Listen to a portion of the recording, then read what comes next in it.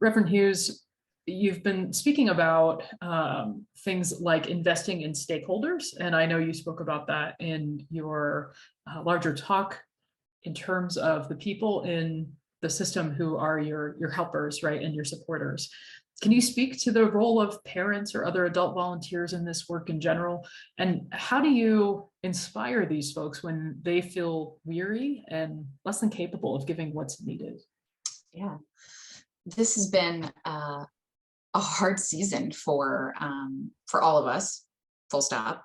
And I think for parents, they have carried this in particular ways, in caring for their kids in new ways and worrying about their kids in new ways. And so thinking specifically about parents, this has been a hard season. And so naming that with them, understanding and being generous with the decisions they're making for their families, and how they're getting their kids involved in programming and what they're looking for and needing as a family, I think has been a big learning for me.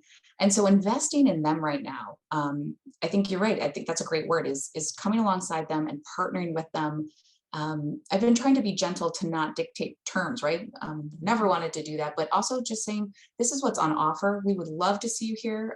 It's a generous invitation anytime, and we're not going to hold it.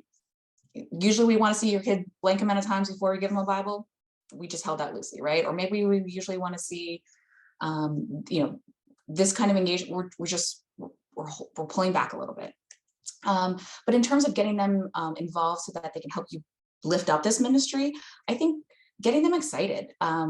They are ready for someone and some place to love their kids again, to make sure it feels safe, to see all the parts of them and to minister to them, and to not feel like they're doing it alone. I think parents have felt very alone in this season, and like, I'm the only one worrying about my kid in this way.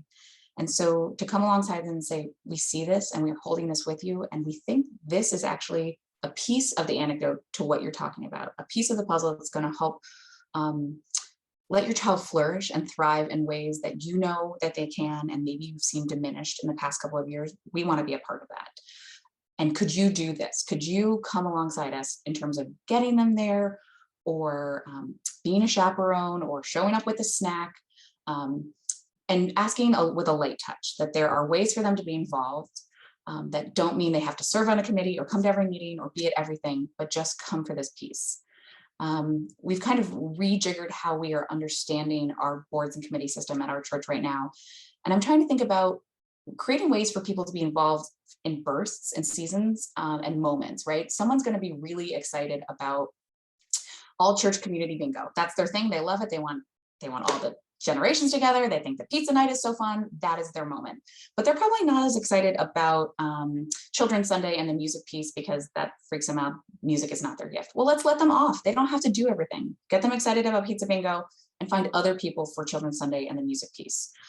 Find a different team to do the service project offsite.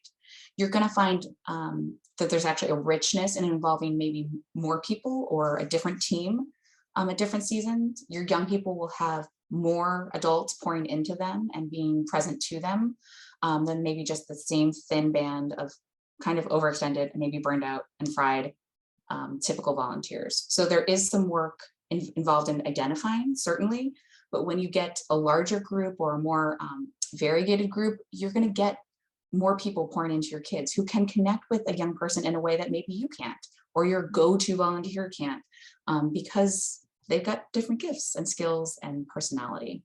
Yeah. Again, make sure you're training them to your church's safe conduct standards. Make sure that they are operated and orientated to your why and your vision. But widen that circle. Bring in more folks. Let people get excited about the thing that really lights them up in ministry and in church, and then give them some grace to step back on the things that just don't feel like their gift. I know for sure everyone took a step back in volunteering. It's just, how could we come into the building safely, or all those logistics in COVID. And our job right now is to invite them back. Invite them back in new and exciting ways. Invite them back with this new energy and vision for what ministry to children and youth might look like. But do it gently so that they know that you are caring for them.